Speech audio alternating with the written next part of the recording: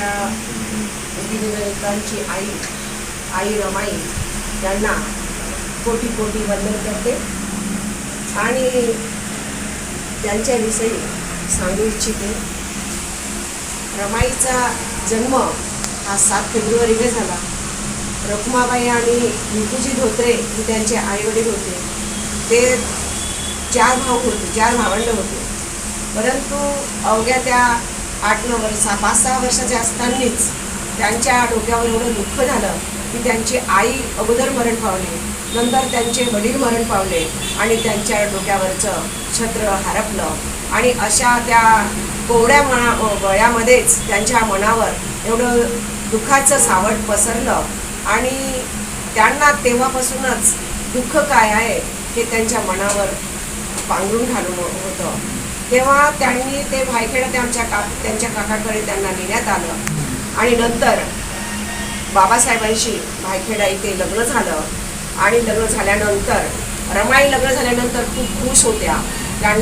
कारण त्यांना असं वाटायचं की एवढा शिक्षण आणि पदवीधर असणारा एक भीमराव आंबेडकर हे माझ्याशी लग्न झालं ते खुश होत्या. परंतु त्यांच्या जीवनामध्ये रामजी बाबा होते तोपर्यंत खूप सुख होतं. परंतु बाबासाहेब जेव्हा शिक्षण घ्यायला गेले लंडनला 7 वर्ष, तेव्हा त्यांना एवढा त्रास झाला की घरामध्ये कोणी कमाईचं नसताना त्यांच्यावर एकट्यावर भार आला. आणि त्यांच्याकडे 2 भावंड आणि त्यांची जाऊ मुकुंदा आणि यशवंता असे लोक असताना त्या फक्त 4 भाकरी करायच्या आणि 4 भाकरी एक मुकुंदाला द्यायची आणि एक यशवंताला आणि बाकीच्या 2 भाकरीमध्ये त्या 3 लोक आपलं जेवण करायचं. एवढी गंभीर परिस्थिती असताना त्या कधी खचल्या नाही, कधी डगमगल्या नाही. आणि बाबासाहेबांना त्या पत्रात लिहायच्या की मी तुमच्या पाठीशी आहे, तुम्ही खूप शिक्षण घ्या, असं त्यांनी नेहमी त्यांना बाबासाहेबांना धैर्य देत गेल्या. परंतु बाबासाहेब जेव्हा लंडनवरून परत आले आणि बाबासाहेबांना बडोद्याला नोकरी लागली, त्या बाबासाहेबांनी त्यांना 450 रुपये दिले आणि सांगितलं की ह्या घराचा प्रपंच तू चालव. रमाई खूप खुश झाल्या आणि सांगायला लागल्यात की आता मला माझे चांगले दिवस आलेत. आणि तेव्हा 450 रुपयाचं त्यांनी खर्च केलं. पण बाबासाहेब रागवले आणि म्हणायला लागले की मला बॅरिस्टर व्हायचं आहे, तू एवढे पैसे घरात खर्च कसे केलेस. तर रमाई परत दुखावल्या आणि त्यांनी काटकसर करून फक्त 50 रुपयामध्ये कशी काटकसर करता येईल असा विचार केला. प्रत्येक दिवसाला 1.5 रुपया खर्च करायचं आणि 30 दिवसाच्या अशा पुरचुंड्या बांधून त्या 30 दिवस खर्च करायच्या आणि त्याच्यातले 5 रुपये त्या बचत करून ठेवायच्या. आणि अशा बचतीच्या सुद्धा त्या आम्हाला बचत कशी करायची ह्या सुद्धा त्यांनी सांगितलं. तर अशा पद्धतीमध्येच गंगाधर आजारी पडला आणि गंगाधर आजारी पडल्यानंतर रमाईजवळ पैसे नव्हते आणि जेव्हा डॉक्टरकडे गेल्या तेव्हा डॉक्टर म्हणायला लागला की गंगाधरचे जुने पैसे तुम्ही दिले नाही तर आता मी गंगाधरला तपासणार नाही. त्यांना बिना औषधानं घरी परत यावं लागलं. आणि तशाच परिस्थितीमध्ये गंगाधर नावाचा हा मुलगा मृत्युमुखी पडला. त्यांच्याकडे पैसे नाही. तर आजूबाजूचे वस्तीतले लोक येऊन म्हणायला लागले की यांच्या प्रेत न्यायचे आहे तर नवीन कपडे यांना घ्यायला तुम्ही मदत करा. पण परंपरेनुसार. परंतु रमाई म्हणाल्या, रमाई खचल्या नाही. खंबीरतेने आपला साडीचा पदर काढून त्या मुलाच्या प्रेत गुंडाळायला दिलं आणि त्याला स्मशानभूमीत नेण्यात आलं. कारण त्या म्हणायच्या होत्या, बाबासाहेब म्हणत होते की या देशामध्ये मी जेव्हा शिकून येईल तेव्हा बिना औषधाने आणि बिना नवीन कपड्याने या देशातला माझ्या समाजातला कोणताही मुलगा मरणार नाही अशी मी प्रतिज्ञा करत आहो आणि मी त्याच्यासाठी खूप मोठं शिक्षण घेत आहो. रमाई खूप दुःखी कष्टी होत्या आणि दुःखी कष्टी एवढं सहन केलं, त्यांच्या वाट्याला एवढं दुःख आलं तरीही त्या डगमगल्या नाही आणि बाबासाहेबांच्या पाठीशी सावली म्हणून उभ्या राहिल्या. तेवढ्यातच जेव्हा बाबासाहेबांनी राजगृह बांधला, परवडीमध्ये त्या होत्या, बर्डीत होत्या आणि मग जेव्हा राजगृहात आल्या बाबासाहेबांच्या मनात होतं की परळमधून आल्या तर तेव्हा राजगृहात आल्या तेव्हा बाबासाहेबांचा विचार होता की मी हा राजगृह पुस्तकासाठी बांधलेला आहे. पण रमाईला तेवढंच कळलं नाही. रामजी बाबाची फोटोला हार घालून रमाईने घरात प्रवेश केला, परंतु त्याच्यानंतर त्यांची तब्येत खराब होत गेली आणि 1922 मेला बाबासाहेब पनवेलमध्ये वसतिगृहाच्या उद्घाटनाला गेले. वसतिगृहाच्या तेव्हा त्यांना सांगितलं गेलं होतं, घरून तार आला होता की रमाईची तब्येत खराब आहे. परंतु ते 24 मेला परत आले. 24 मेला परत आले.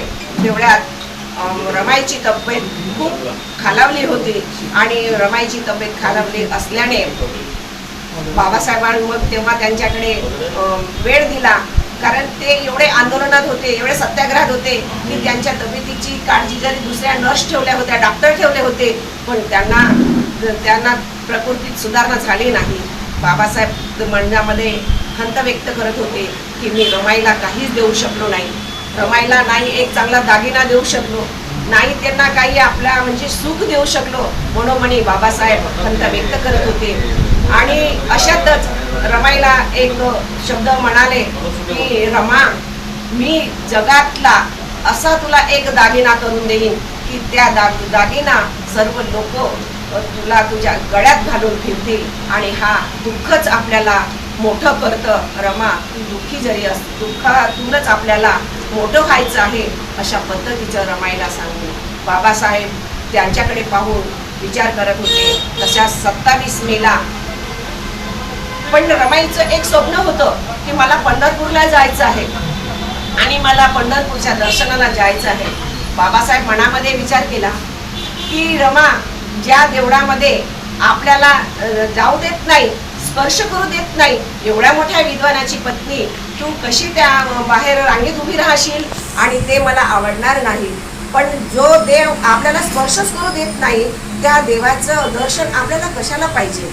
आणि मी असं पंढरपूर तयार करीन की तिथे सर्व जनता जाऊन नमस्कार क्रांती मिळेल, त्यांना चेतना मिळेल, त्यांना समता स्वातंत्र्य बंधुत्व मिळेल, असं मी पंढरपूर तुझ्यासाठी आपण निर्माण करू, अशी ग्वाही बाबासाहेबांनी रमाईला दिली.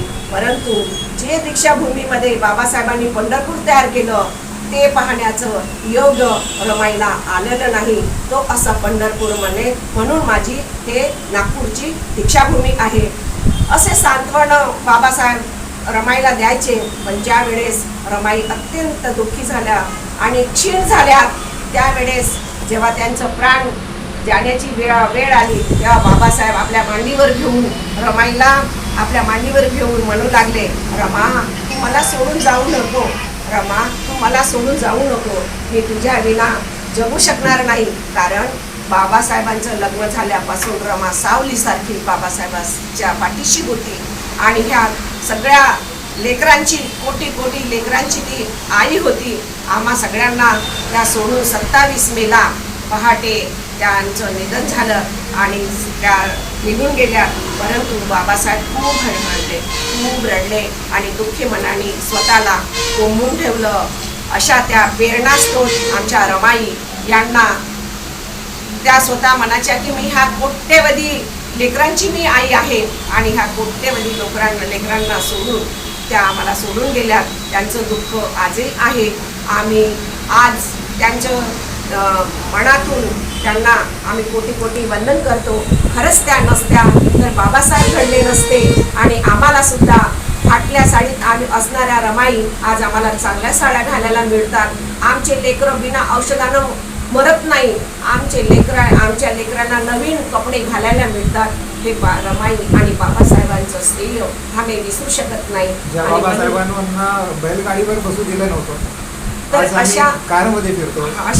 अशा ह्या रमाईला मी कोटी वंदन करते आणि थांबते.